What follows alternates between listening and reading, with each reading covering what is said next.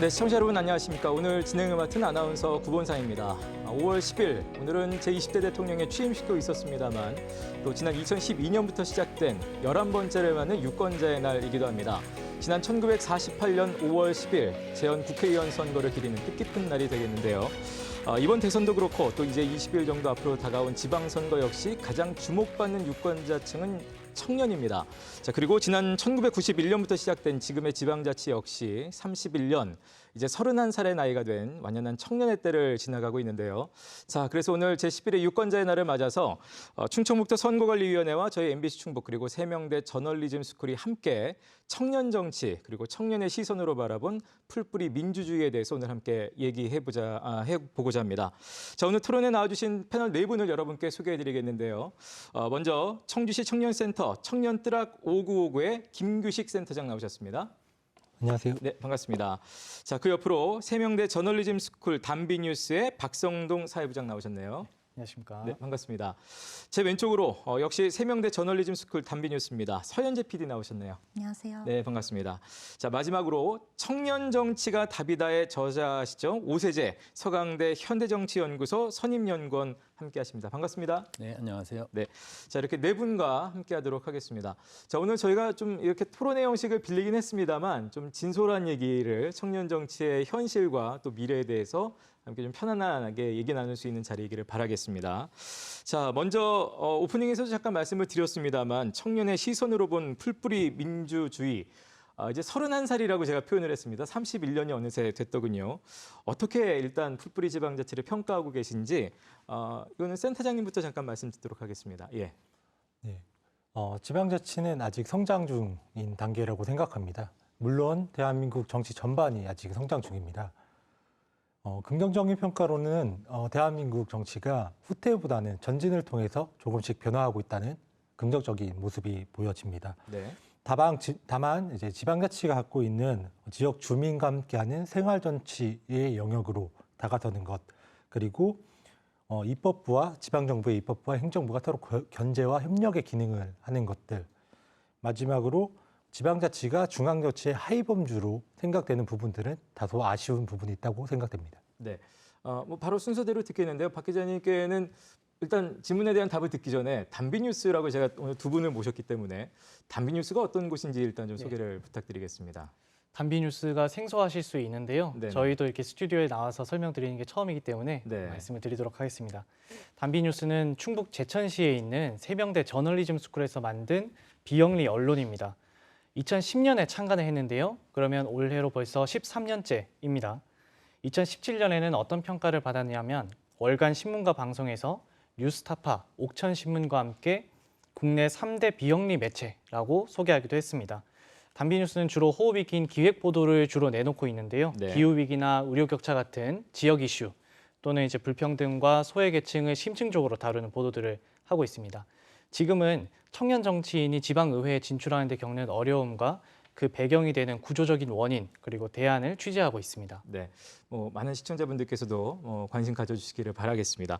자, 풀뿌리 지방자치 아까 13년 담비뉴스 말씀하셨는데 훨씬 오래됐습니다. 일단 31년 됐는데 어떻게 평가하시겠어요? 예, 일단 제가 31년 된 청년입니다. 아, 그렇군요. 네, 올해로 이제 31살이고요. 네네. 제 생각에는 중앙 정치 못지않게 지방 정치가 청년의 삶에 지대한 영향을 미치고 있다. 그래서 풀뿌리 민주주의에서 보더라도 지방 정치에 더 많은 청년들의 참여가 필요하다. 이렇게 생각을 하고 있습니다.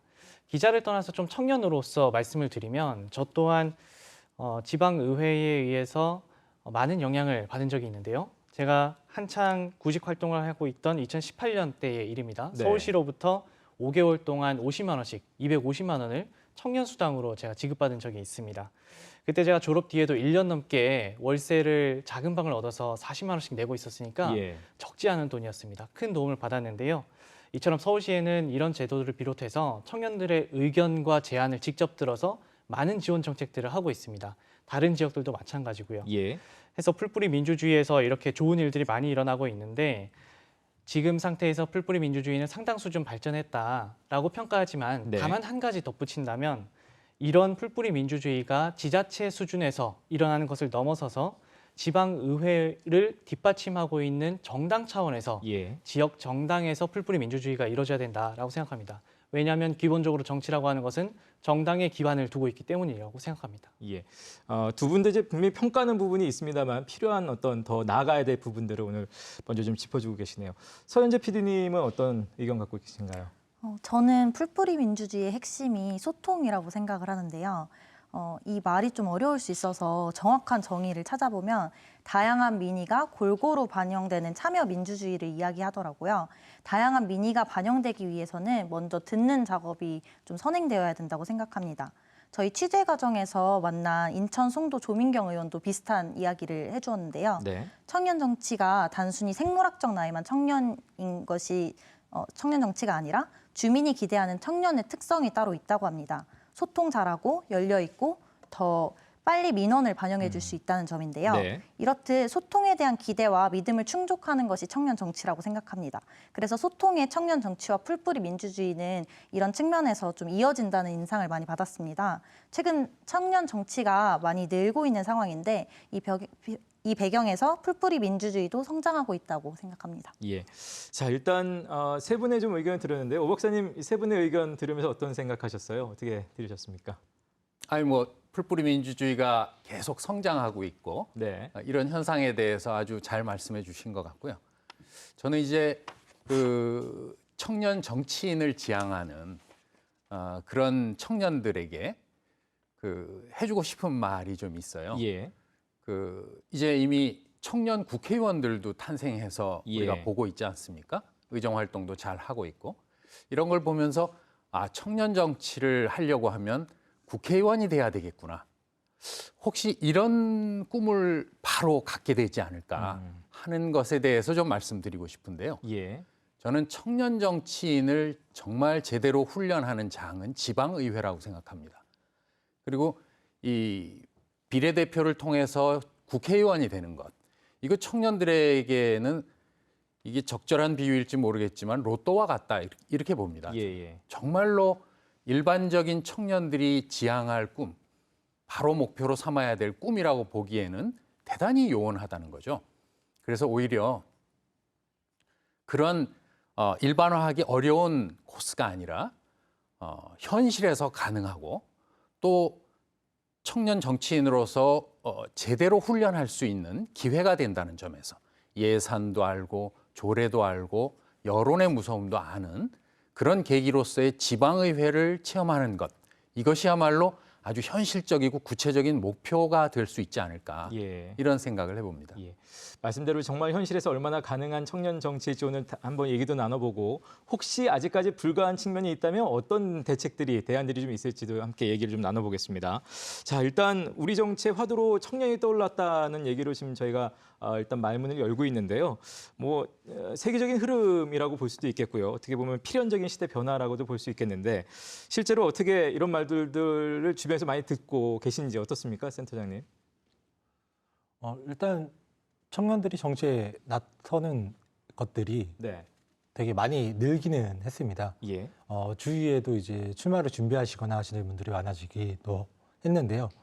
실제로 센터라는 곳 청년들이 자유롭게 이용하는 공간을 운영하다 보니까 1층에서 요즘은 정치 얘기를 하는 청년들도 비중이 늘어나고 그렇군요. 있습니다. 예. 특히 지난 대선 때나 이럴 때 신문을 보면서 정치인들을 평가하거나 하는 말들이 과거 몇 년 전까지만 해도 이런 공공장소에서는 쉽게 이루어지지 않았는데 실제로 저도 친구들 만나면 좀 조심스럽게 대했던 부분이라서 네네. 그렇게 느껴졌는데 요즘은 이런 장소에서도 그런 의견들을 주고받는 문화가 조금 많이 활성화되고 있다는 게 긍정적인 평가인 것 같습니다. 예. 뭐 어떤 부분에서 좀 더 청년 정치에 대해서 좀 평가를 하시겠어요? 이제 뭐 여러 가지 이제 사실은 무관심, 정치에 대한 무관심보다는 지금 이제 훨씬 더 좋은 현상이라고 볼 수 있겠습니다만 청년 정치라고 저희가 얘기를 했을 때 뭐 긍정적인 부분들도 있겠고 또 어떤 면들을 생각하게 되실런지요? 일단 청년 정치라는 것이 관심을 받는 이유는 청년들이 안고 있는 이제 개인적인 문제들이 나아가 사회 문제라는 이슈가 강화됐기 때문이라고 생각을 하는데요. 그동안은 대의민주주의로서 나의 문제를 선출직들이 이제 해결해 줄 거라는 네. 믿음이 강했지만 이제는 나의 행동을 통해서 이런 것들 변화시켜야 된다라는 개인적인 의지와 소망이 강화되고 있다는 게 많이 긍정적이라고 생각을 하고 있습니다. 예. 다만 아직까지 그런 부분들이 정치의 참여나 투표율 이런 쪽으로는 나타나고 있지만 직접적인 참여로 나타나기에는 많은 어려움들이 있어서 그런 부분들에 대해서는 좀 안타까운 현실이고요. 예. 지금 이제 말씀하신 면도 있고 또 한편으로는 이제 소위 말하는 청년 정치라는 게 표가 되니까 이제 그 유권자층으로 봤을 때 표가 되니까 청년을 활용하는 거 아니냐라는 좀 시니컬한 그런 평들도 좀 있습니다. 이런 부분에 대해서는 오 박사님 어떻게 생각하세요? 현실 정치에서는 표가 된다는 건 굉장히 중요한 문제죠. 예. 무시할 수 없는 현상이고요.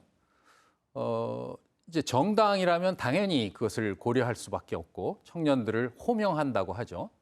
어떤 그들의 목소리를 대변하기도 하고 그들이 갈망하고 원하는 어떤 의제를 제안하기도 하고 정책을 내기도 하고 합니다.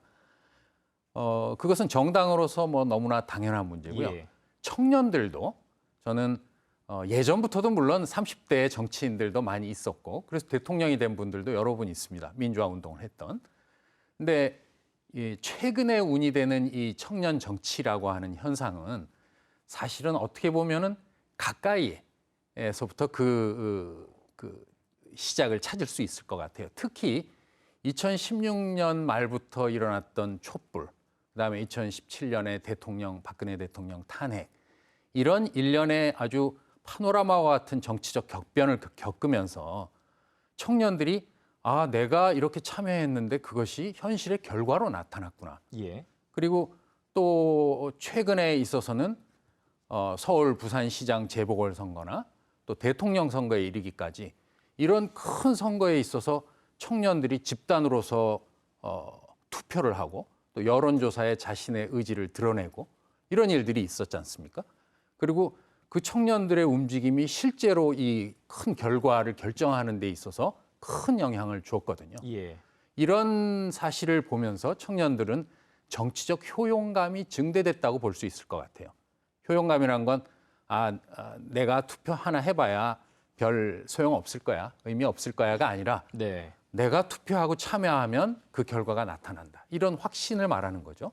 그렇게 되면 그런 확신을 가진 사람은 자기 주변에 있는 사람들도 막 조직하기 시작하겠죠. 예. 권유하기 시작하고 이런 행동들이 기대된다는 말이죠. 없을 때는 또 아무런 그런 행동을 하지 않을 가능성이 높고요. 예. 이런 청년들의 행동 같은 것들이 지금 굉장히 중요해지고 있고 그래서 지금 주목하고 있는 청년 정치라고 하는 것도 그런 배경 위에서 보는 것이 맞다 네. 이렇게 생각합니다. 자, 뭐 어쨌든 2030 세대 우리 정치의 화두가 된 거는 분명한 것 같습니다. 지금 말씀을 들으니까요. 자, 그러나 또 한편으로 실질적으로 얼마만큼 이제 청년 대표성이 우리나라에서 이렇게 구현되고 있는가를 좀 살펴봐야 되지 않겠냐는 생각이 드는데요. 이 부분 관련해서는 박성동 기자가 직접 자료를 좀 준비해 오신 게 있다고 들었습니다. 일단 화면 앞으로 잠깐 모시겠습니다. 자, 박성동 기자가 직접 자료를 보면서 우리나라의 청년 대표성 어느 수준인지 좀 소개를 해주신다고요? 부탁합니다. 네. 지금 보고 계시는 자료는 2018년에 나온 IPU 국제의회연맹에서 발간된 자료인데요. 네. 40대 미만 국회의원의 비율이 얼마나 되는지를 조사했습니다. 나라별로 조사를 해보니 1위인 덴마크는 무려 41%가 청년 정치인이었습니다. 한국의 경우는 저기 밑에 있네요. 2%에 불과했습니다. 143이라고 나와 있는데 전체 조사 대상이 150개국이었으니 거의 꼴찌에 가까운 수준입니다. 21대 국회를 기준으로 한번 보겠습니다. 예. 21대 국회, 바로 직전에 있었던 국회인데요. 현재도 임기가 진행 중이죠. 13명의 청년 의원이 있습니다. 비교적 많아 보입니다. 왜냐하면 4년 전에 있었던 20대 국회에서는 단 3명만 청년 의원이 탄생했기 때문입니다. 크게 약진한 것으로 보이는데 비율을 따져보면 꼭 그렇지만도 않습니다. 국회의원이 전체 300명이 있으니까요. 그중에 13명이라고 하면은 4.3%에 불과한 겁니다. 청년 유권자의 수가 지금 전체의 30%를 넘는 33.8%에 이르고 있다는 점을 감안하면 네. 이 4.3%라고 하는 것은 매우 미약한 수준이라고 봐야겠죠. 예. 자, 그러면 범위를 좀 좁혀서 여쭤보겠습니다. 충북의 지방의회에서는 청년의 대표성 과연 어느 정도의 수준일까요? 네, 지방의회를 한번 보겠습니다. 충북 지역을 기준으로 볼 텐데요. 2018년에 있었던 6.13 지방선거로 당선된 청년 의원은 5명입니다. 광역의원은 없었고요. 기초의원만 5명 있었습니다. 네. 하지만 이 5명이라는 숫자도 전체 비율을 보면 그렇게 많지가 않습니다. 네. 기초의원이 충북 지역에 전체 132명이 있으니까요. 이 5명은 그 비율을 따져보면 4% 남짓한 숫자입니다. 그 직전 선거였던 6대 선거에서는 광역의원, 기초의원 아무도 없었고요. 지자체장도 청년이 없었습니다. 그리고 바로 그 직전인 5대 지방의회 선거에서는 6명이 당선됐습니다. 광역의원 1명이 포함되어 있었습니다. 사회적 소수자가 조직 내에서 목소리가 묻히지 않고 의견을 표출하고 또 그 의견이 사회에 반영되기 위해서는 적어도 조직 내에서 비율이 15% 이상은 있어야 한다고 하는 조직 이론도 있습니다. 예. 그만큼 현재 상황에서 청년 정치는 의회 안에서 너무나 미약한 수준이라고 평가할 수 있을 것 같습니다. 네. 자, 일단 오늘 뭐 화두다 뭐 이렇게 얘기하면서 말문을 열었는데 특히 이제 충북 지방의회 숫자를 보니까 아예 한 명도 없던 시절도 있었고 뭐 늘어나고 있는 것이 맞느냐라는 생각이 들 만큼 조금 이제 심각한 수준 아닌가 생각도 드는데 오 박사님 어떻게 보셨습니까? 자료를? 아니 뭐 사실은 저건 충북의 경우만이 아니고요. 예. 전국의 지역별 비교를 해봐도 거의 비슷합니다. 아, 그런가요? 물론 예. 대도시 지역은 약간 높습니다. 예. 약간 높지만 또 광역의원들도 있고요. 그러나 지역별로 봤을 때는 사실은 큰 차이를 보기 어려울 만큼 예. 다 바닥에 있다. 이렇게 볼 수 있고요. 오히려 성별로 보거나 또는 연령별로 봤을 때도 성별로도 여성 의원이 너무 적죠. 네. 너무 적고요. 또 연령별로는 20, 30대 의원들이 너무 적습니다. 지역 할 거 없이요. 그래서 이제 이런 현상은 아까 그 여러 비교를 통해서도 보여주셨지만 이제 우리가 지금 출발하는 시점에 네. 이런 상황에서 출발하고 있다 하는 것을 아주 적나라하게 보여주고 있는 거고요. 앞으로 이제 여기서 얼마나 달라질 건가 예. 하는 게 이제 중요합니다. 예. 김규식 센터장님 아까 그 요즘 뭐 청년들이 정치에 대해서도 뭐 얘기하는 것들이 이제 풍경들이 좀 많아졌다는 표현을 하셨습니다. 막상 이렇게 뚜껑을 열어보니까 지금 면면이 좀 그렇습니다. 저런 청년의 과소 대표성이라고 할까요? 저런 부분들이 실제적으로 어떤 문제들을 좀 야기하게 될까요? 실제로 관심에 비해서는 의원으로서 진출이나 이런 것들이 예, 아직까지도 미미한 게 현실입니다. 예. 청년의 정치 참여나 정치 참여에서 가장 중요한 건 어쨌든 당사자성인데요. 청년의 어려움을 청년이 본인이 당사자로서 해결점을 찾는다는 것이죠. 그런데 과거와 다르게 현재는 개천에서 용난다라는 말이 많이 없어졌어요. 왜냐하면은 지금 청년 세대들이 겪는 것들은 개천이 없는 현실이거든요. 이런 과거와 현재가 네. 이렇게 우리가 자주 쓰던 말에서부터 달라졌는데 과연 이것들을 기존 정치인들이 얼마나 이해해 줄까? 이런 것들에 대해서 의문점이 생기는 거죠. 청년 당사자들한테 개천에서 용난다. 여기에 이제 현실에서 맞지 않는 말이야. 라고 하면 청년들은 이해를 하는데 기존에 있던 이제 기성세대, 기성의 정치인분들께서는 아직도 청년이 노력하지 않기 때문이야. 라는 답변을 하시는 경우도 있고요. 네. 그것을 이해하고 그것들을 정치에 반영하기 위해서 당사성이 중요하지만 그것들이 부족하다라는 것들이죠. 그렇기 때문에 좀 더 청년의 당사자로서 청년의 이야기를 담을 수 있는 정치인들이 좀 더 많이 의회에 예.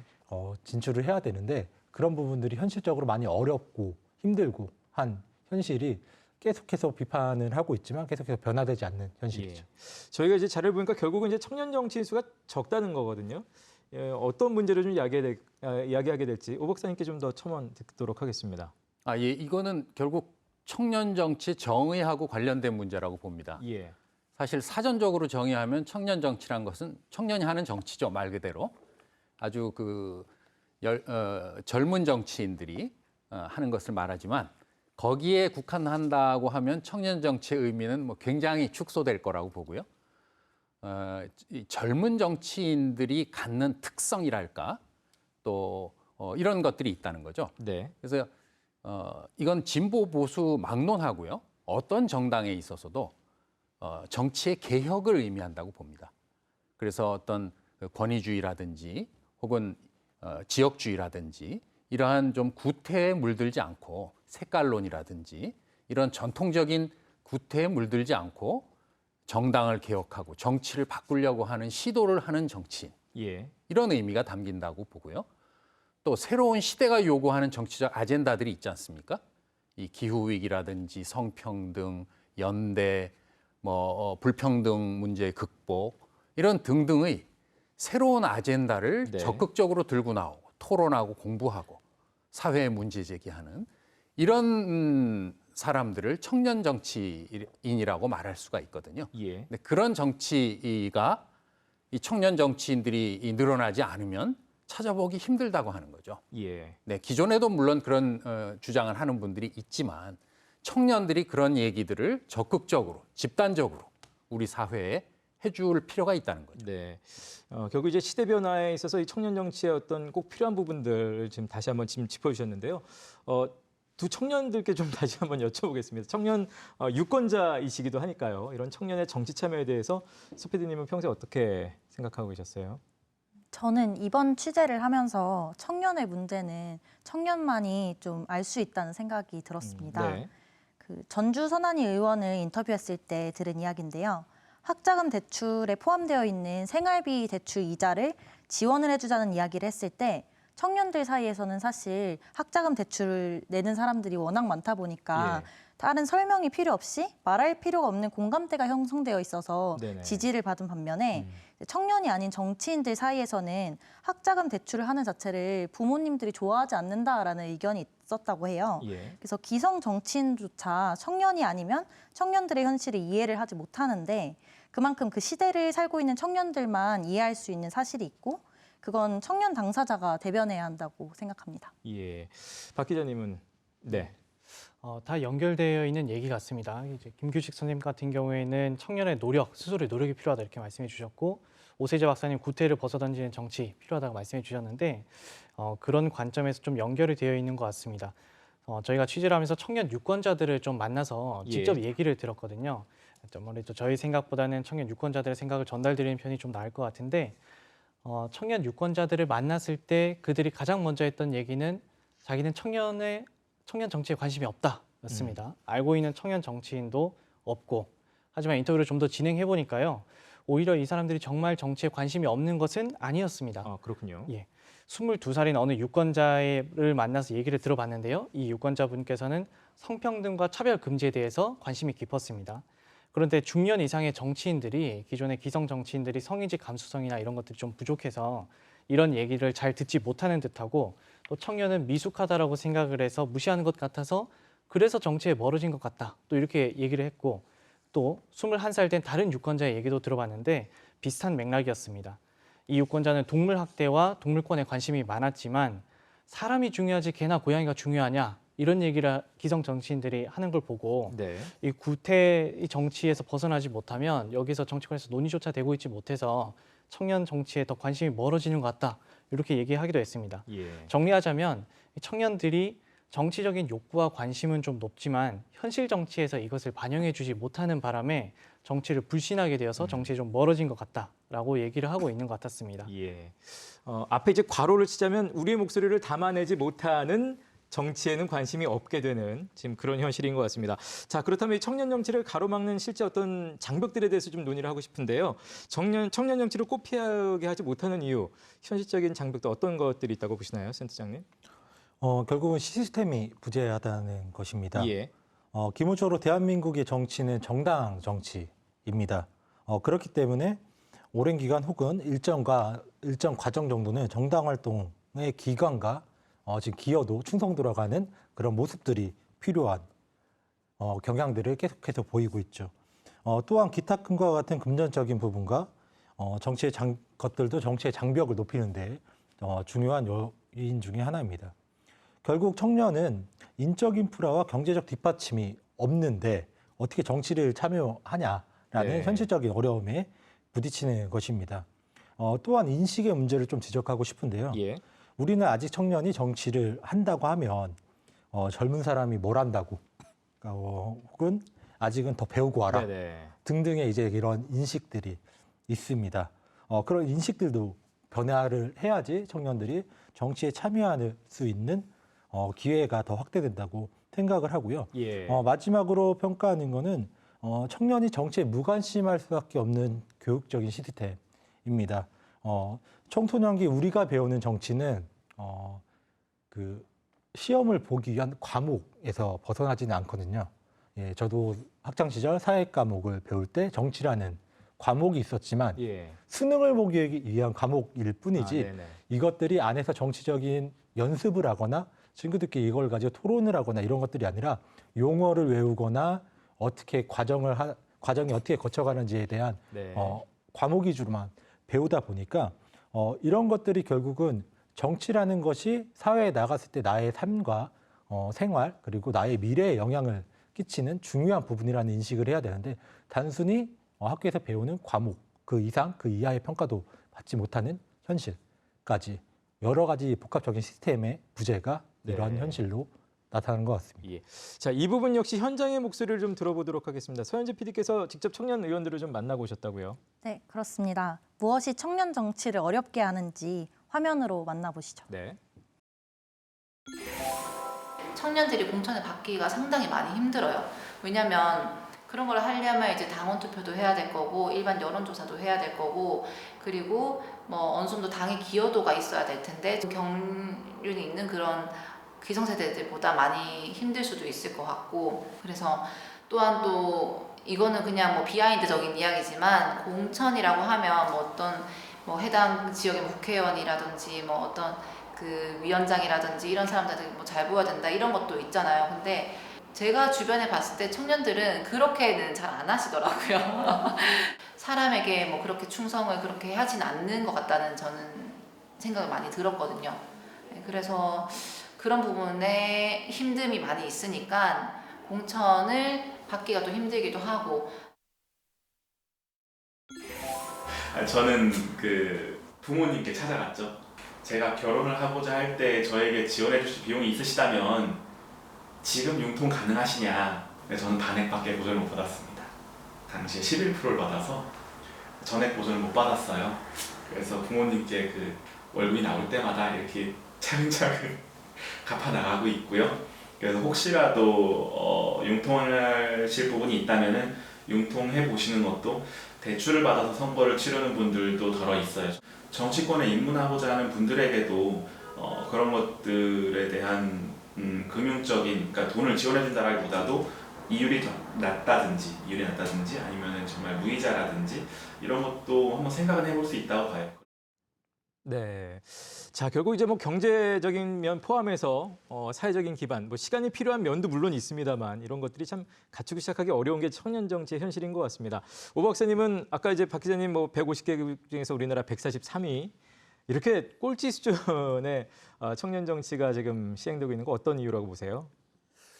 그 현실 정치에서는 정당이라고 하는 존재가 정권을 획득하는 것을 자기 목표로 삼고 있으니까요. 예. 공직선거 과정에 당선 가능성이 높은 후보를 출마시키는 것, 그런 후보에게 공천을 주는 것은 어찌 보면 당연합니다. 그건 일리가 있는 행동인 거죠. 그런데 그렇게만 일관되게 가면 청년들에게는 정말 기회가 안 올 겁니다. 예. 청년은 본 것처럼 돈도 없고 경험도 없고 경력도 없고 여러 가지로 부족할 수밖에 없거든요. 그래서 이 긴장과 이 갈등을 어떻게 해소할 것인가, 그건 청년 개인에게도 주어지는 면이 있을 거고요. 정당도 그것을 잘 극복해내지 못하면 네. 지금 설사 당장 여당이고 다수당이고 할지라도 미래가 없을 수 있는 거죠. 지금 있는 지도부, 지금 있는 어떤 지도자들에게 안주하고 또 특히나 요즘에는 팬덤 문화가 아주 왕성하기 때문에 정치의 세계에도 네네. 그것이 갖는 긍정성도 있지만 과거에 비해서 돈을 투여해서 조직을 만들고 하는 거에 비해서 대단히 건강하고 바람직한 면이 있지만 네. 그것이 과도하게 나가면 부정적인 측면도 많이 있거든요. 네네. 상대는 무조건 배척하고 비난하고 우리 거는 조금 잘못된 것 같지만 무조건 옹호하는 예. 이런 현상들을 이제 극복해야 되는 거기 때문에 거기에 청년들의 저는 역할이 있다고 보는 거죠. 그리고 예. 그런 청년들을 일정하게 그게 뭐 경선할 때 가산점도 있고 또는 할당제라는 것도 있죠.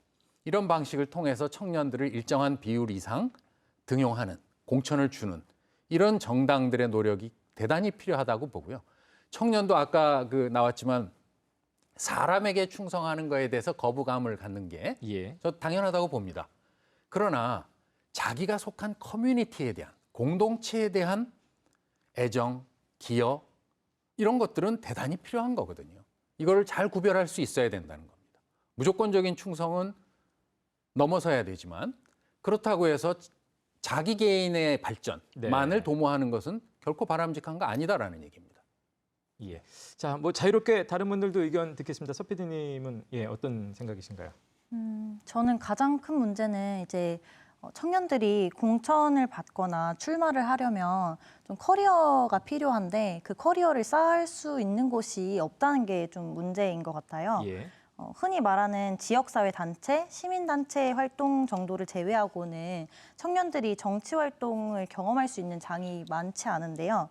다양한 경로를 통해서 청년들의 정치 경험을 쌓을 수 있는 기회가 많아져야 된다고 생각을 합니다. 네. 저희가 인터뷰한 한 시의원도 비슷한 이야기를 해주었는데요.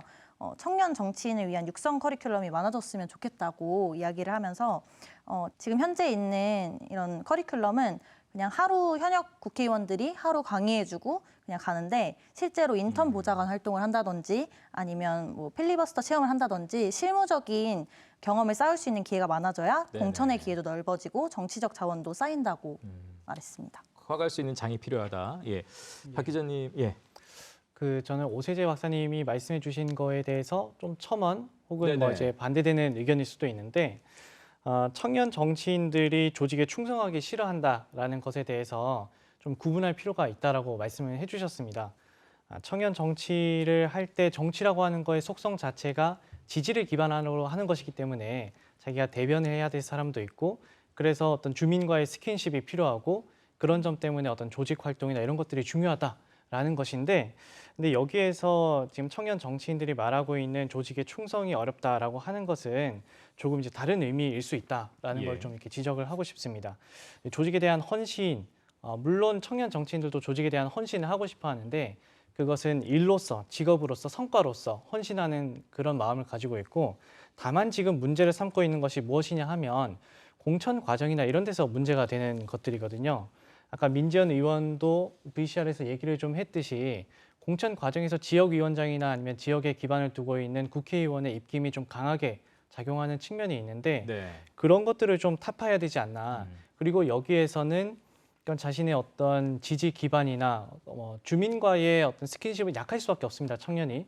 그런 것보다는 오히려 경선 과정이나 공천을 위한 경선 과정에서 토론과 정책, 다시 말해서 실력으로 승부할 수 있는 그런 환경이 갖춰져야 된다. 이런 차원에서 말하고 있는 것이 아닌가 그렇게 생각합니다. 예. 뭐 오 박사님 의견 관련해서 저는 얘기를 했습니다. 반대할 게 없습니다. 예, 예. 뭐 그런 실력을 보여줘야 된다는데 당연히 동의하고요. 다만 이제 실력주의로 흐르는 이런 문제들은 또한 경계해야 될 정치에 있어서 엘리트주의이기 때문에 이제 그것들을 어떻게 극복할 건가, 그 긴장과 이것을 균형을 어떻게 유지할 건가, 이게 현실 정치의 이제 고민이라고 봅니다. 예. 긴장과 균형을 놓치지 말아야 된다는 점이 상당히 맞는 말씀 같습니다. 지금 좀 문제가 되고 있는 게 국민의힘 같은 경우에는 청년 정치인들을 등용할 때 시험을 지금 보도록 하고 있지 않습니까? 예. 그게 또 어떤 정치 엘리트주의라는 비판이 있을 수 있고 또 정치라고 하는 것이 또 그런 지식이나 이런 것이 전부가 아닌데 어떤 균형이나 이런 것들을 항상 유념해야 될 가치인 것 같습니다. 예. 자, 이제 결국 그동안에 많이 없던 그 청년 정치가 이제 끼어들어오려면 그동안 관행되어 왔던 어떤 시스템 같은 것들이 이제 변해야 되는 부분들이 꼭 필요할 것 같긴 한데요. 이번 지방선거 어떻게 기대할 만한지 모르겠습니다. 일단 이번에는 피선거권 연령 제한도 좀 낮아졌고요. 센터장님 어떻습니까? 좀 기대할 만하다고 보시는지요? 사실 솔직한 평가로는 예. 아직까지는 그렇게 예. 큰 기대는 하고 있지는 않습니다. 지금의 시스템은 더 네. 넘어가야 된다는 말씀이신가요? 예. 예. 지금 말씀하셨던 것처럼 피선거권 연령이 낮춰지거나 기자님께서 말씀하셨던 국민의힘의 정치 참여 과정의 시험을 보는 문제 그리고 실제로 이루어지지는 않았지만 민주당에서 말하는 청년 할당제 그런 부분들이 사실은 저는 굉장히 표면적인 시스템을 만들어 놓은 그냥 체계라고만 보여지고요. 실질적인 질적인 시스템에 어떻게 넘어가야 될 것인지에 대한 부분은 충분히 고려되어 있지 않다고 생각하고 있습니다. 사실 뭐 청년 할당제를 실행하거나 이런 거 부분에 대해서 저는 사실 그렇게 긍정적으로 찬성하는 입장은 아닙니다. 물론 청년의 정치의 대표성이나 이런 것들은 충분히 필요하다라는 주의이지만 단순히 일정 부분을 할당하거나 하는 것들이 얼마나 그 청년들을 대표할 수 있을 것이냐. 앞에 VCR이나 토론 과정에서 이야기 나왔지만 네. 청년의 정치인으로서 선거에 뛰어들기까지 공천, 경선 과정을 겪어야 되는데 그 안에서 경선 과정에서 겪는 것들이 결국은 기존의 정치의 관습을 그대로 받고 있는 거거든요. 그렇다면 앞에서 뭐 빚을 내시거나 뭐 융자를 하시거나 하시는 예. VCR에서 유 의원님이 이야기를 하셨지만 결국 정치도 어떻게 보면 지금 현재 사회에서 좀 문제되는 부모 찬스나 이런 것들이 또 반영될 수도 있는 거고요. 예. 그러니까 그런 것들이 어떻게 될지 모르겠지만 충분히 그런 위험도는 가지고 있다고 보여집니다.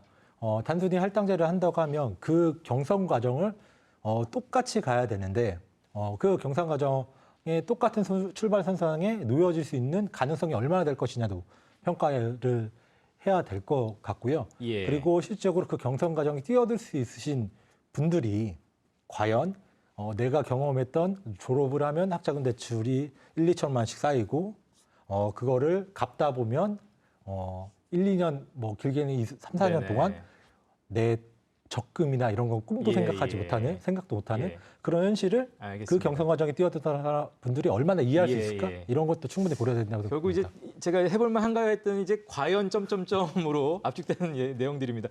자, 이번 지방선거 이제 후보자 등록일이 이제 오늘 5월 10일, 13일이기 때문에 뭐 확건하기는 좀 어렵겠습니다만 일단 충북의 경우로 봤을 때 이번 지방선거 출마자 중에 39세 이하 청년의 수가 좀 늘었다면서요, 박 기자님? 네, 지금 청년 예비 후보자의 현황을 살펴보면요. 30명이 지원했습니다. 아쉽게도 단체장은 아무도 지원하지 않았고요. 네. 대신 광역의원이 5명의 예비 후보가 있고 또 기초의원은 25명이 있습니다. 세부적으로 지역별로 좀 살펴보면 청주가 14명, 충주가 3, 제천 5, 음성 1, 증평 2 이렇게 있습니다. 예. 그런데 이제 나머지 지역들 단양, 보은, 옥천, 영동, 진천, 괴산 이렇게 6개 의회는 청년 예비 후보 등록이 아쉽게도 없었습니다. 네. 자, 이렇게 좀 출마자가 많아지고 있다는 건 분명히 좀 반가운 일이 아닐까 싶은데요. 소피님 어떻습니까?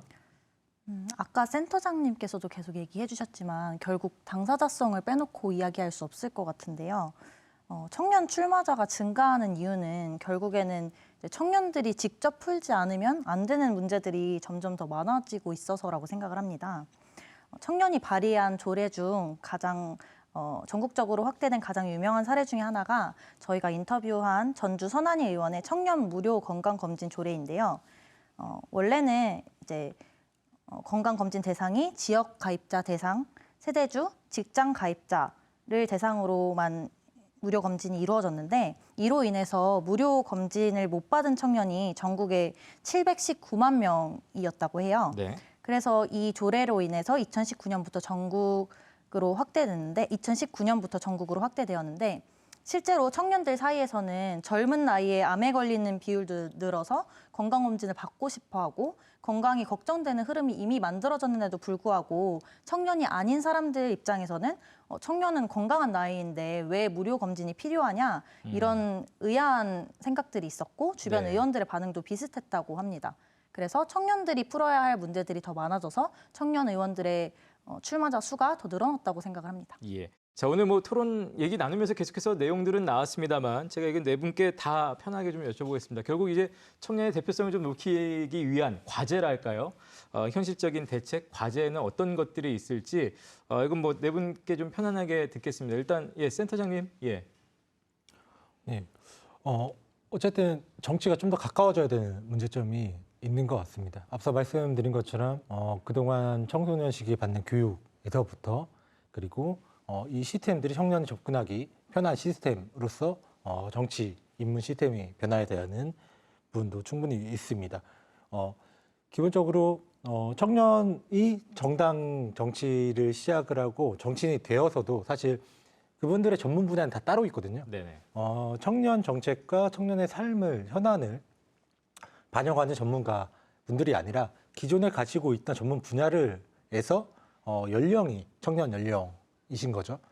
그러다 보니까 사실 청년 정치인이 발굴된다고 해도 과연 청년을 대표하는 것이 청년의 당사자성, 청년이 현재 안고 있는 문제를 해결하는 데 큰 도움이 될 것이냐라는 부분은 다시 한번 고민을 해봐야 된다고 생각합니다.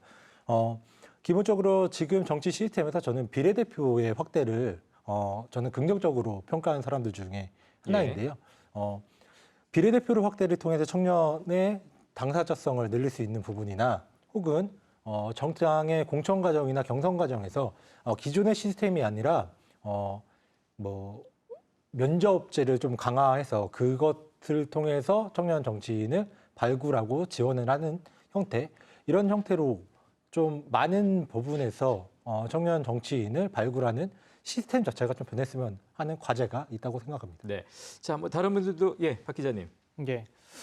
지금까지 제도적이나 이런 것들을 많이 말씀해 주셨는데요. 저는 이 얘기를 좀 한번 하고 싶습니다. 현장에서 확인한 조금 긍정적인 이야기이기도 한데요. 인식 수준만 잠깐 좀 바꾸더라도 크게 나아질 수 있다라는 생각이 들었습니다. 예. 저희가 지방의원들을 여럿 만났는데 만날 때마다 나이가 의정활동에 어떤 걸림돌이 되느냐라고 물었었습니다. 왜냐하면 나이에 대해서 우리 지방의회 안에서도 무시하는 것들이 좀 있으면 활동이 좀 제약되겠다라는 가설 때문이었었는데요. 네. 얘기를 들어보니 전혀 그렇지 않았습니다. 직접 의정활동을 해보니 나이는 별로 중요하지 않은 것 같다라는 대답이 공통적으로 나왔습니다. 네. 좀 놀라웠는데요. 왜 그러냐라고 물어보니 정치라는 것은 결국 말과 논리로 하는 것이고 행정을 심의 의결하는 데에는 공부가 더 중요하다라는 예. 것입니다. 반대로 나이가 아무리 많더라도 공부가 되어 있지 않으면 의정 활동을 하지 못하는 것이죠. 결국에는 의원으로서의 어떤 의정 활동의 본질적인 역할은 지역구에서의 민원 해결도 있겠지만 다른 한편으로서는 정책 대안을 마련하고 또 제도 개선을 하는 것인데 이런 일은 나이가 많다고 해결할 수 있는 일이 아닌 것입니다.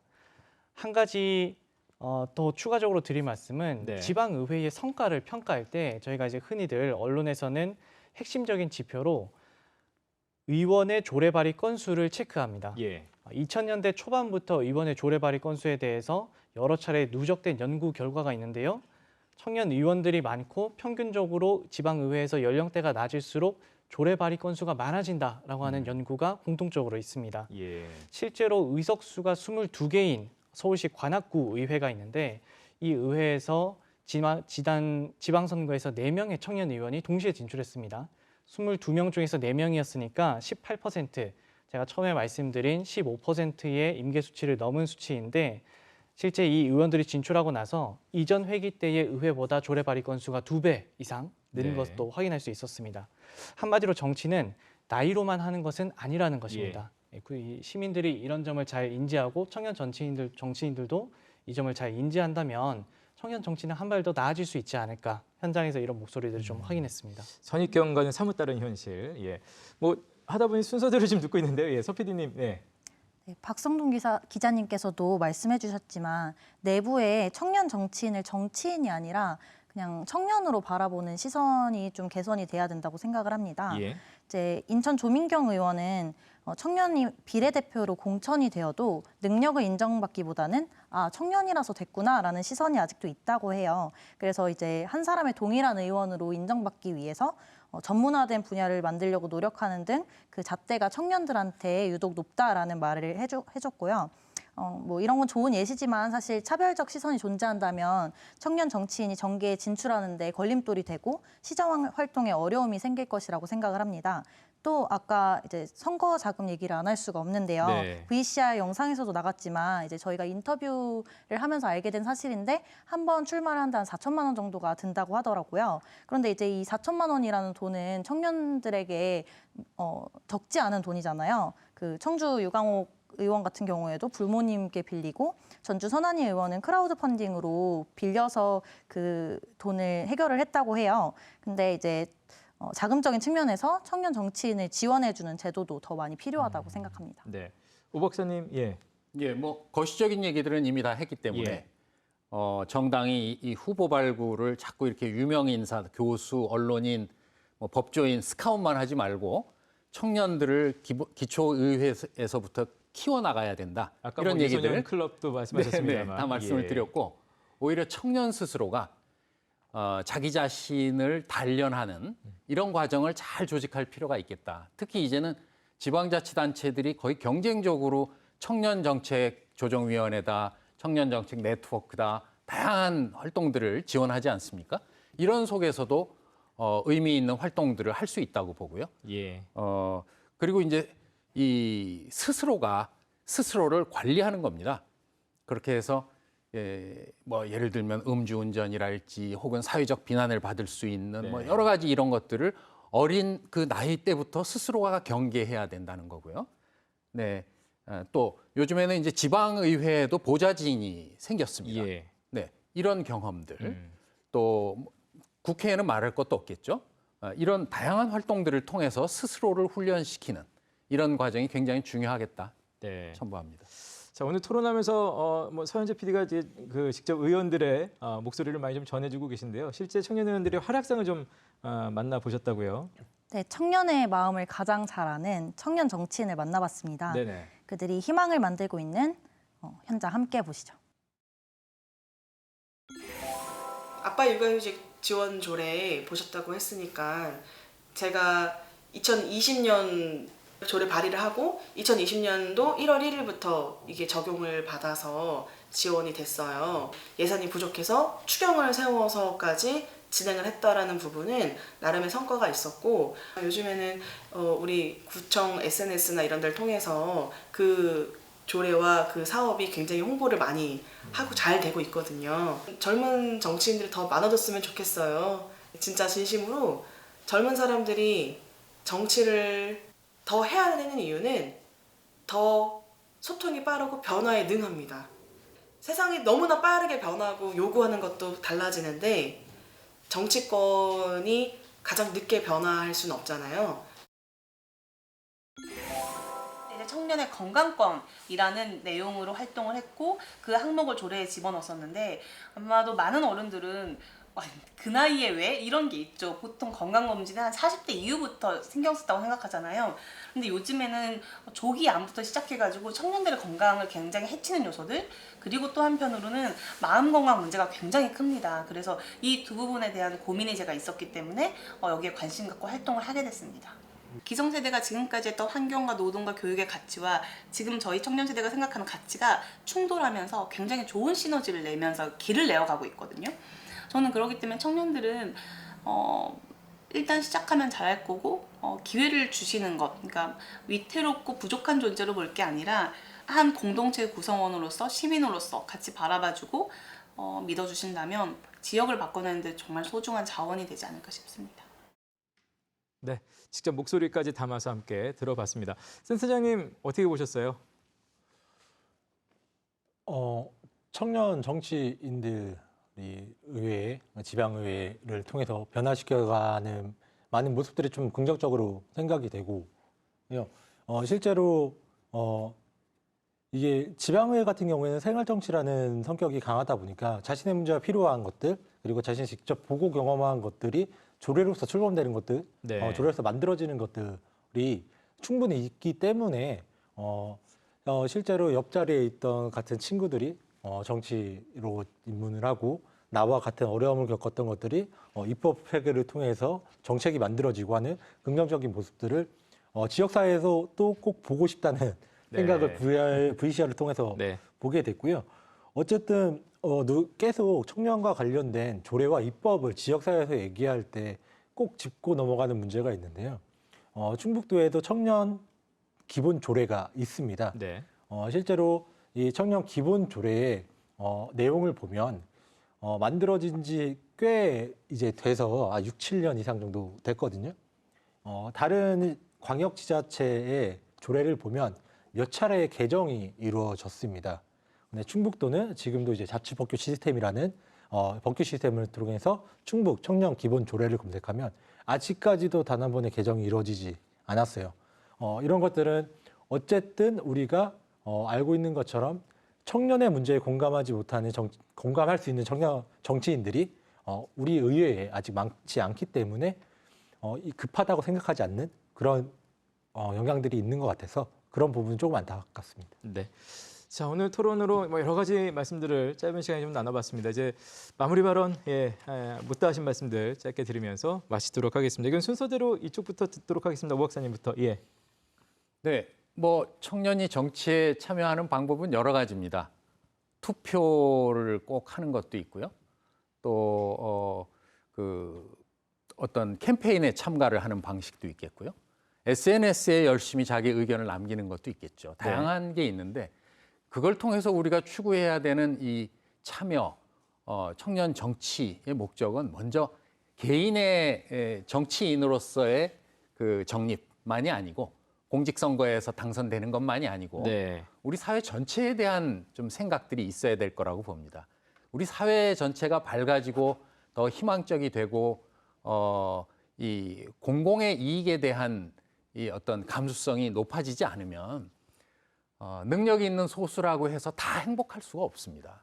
그래서 정치에 대한 환멸, 정치에 대한 어떤 허무주의 이런 것들을 극복하는 거, 자기 주변에 있는 친구들, 청년들부터 시작해서 이게 저는 굉장히 중요한 것이다. 네. 자신을 관리하고 더 훈련해서 훌륭하게 만드는 것뿐만이 아니라 자기 주변에서 그런 정치에 대한 환멸과 무관심과 이런 것들을 극복해내는 것. 이게 청년 정치인을 지향하는 청년들이 가져야 될 자세가 아닐까 이렇게 생각합니다. 예. 서 PD님. 예. 전 청년으로서 청년들만이 이해할 수 있고 청년들만이 말할 수 있는 문제들이 분명히 있다고 생각합니다. 정치라는 영역이 나와 상관없는 영역이 아니라 이제 정치를 통해서 삶에서 직접 변화를 느끼는 경험들이 더 많아져서 그 효능감을 통해서 더 많은 청년들이 정치에 참여를 할 수 있게 되면 좋을 것 같습니다. 네. 박 기자님, 마무리 말씀 듣겠습니다. 결국 정치란 청년 정치도 정치의 일종인데 시민들의 관심이 필요합니다. 관심은 거리가 멀어질수록 떨어지는 것이고 가까워질수록 높아지는 것인데 유권자분들에게는 당장 우리 지역에 어떤 청년 정치인이 있는지부터 먼저 확인하라라고 좀 말씀을 드리고 싶습니다. 누가 나왔고 그 사람은 어떤 배경에 있고 이번 선거에 또 나왔다고 한다면 지방선거에서 떨어졌다고 한다면 그 사이에 무슨 과정이 있었고 이런 일들을 확인하면 그 청년 정치인에 대해서 관심도 높아질 것이고 함께 늙어가면서 정치적 효용감도 느낄 수 있을 것이다. 이렇게 생각하고 있습니다. 네. 센터장님, 마무리 발언 해주시죠. 마지막으로 드리고 싶은 말씀은 사실 청년 정치인을 발굴하자 이런 이야기들보단 저희가 풀뿌리 민주주의는 네네. 지역민이 얼마나 정치에 참여하냐 그리고 그 시스템이 잘 짜여져 있냐 이런 것들이 풀뿌리 민주주의라고 생각합니다. 이 방송을 보시는 많은 청년분들이 계시겠지만 정치가 나의 삶과 정말 직접적으로 연관이 있다는 그런 의식이 좀 더 확대됐으면 좋겠고요. 단순히 내가 가지고 있는 스마트폰 안에 세상에서 접하는 SNS를 통해서만 이 지방선거와 정치와 관련된 정보를 습득하지 마시고 좀 더 다양한 정보들을 같이 습득을 해서 생활정치로서 풀뿌리 민주주의로서 지방선거 그리고 선거 과정에서만큼 유권자로서 표를 던지는 내가 현재는 정치인이다라는 생각이 확대되었으면 좋겠습니다. 네. 자, 오늘 토론 함께해 주신 네 분 감사드리겠습니다. 고맙습니다. 감사합니다. 감사합니다. 네. 자, 유권자의 날 특집으로 함께했습니다. 청년의 시선으로 본 풀뿌리 민주주의였습니다. 그야말로 31년 된 풀뿌리 지방자치가 튼튼한 거목으로 커나가기 위해서는 무엇보다 청년들의 정치 참여 그리고 관심이 꼭 필요해 보입니다. 오늘 토론 여기서 마치겠습니다. 시청해주신 여러분 고맙습니다.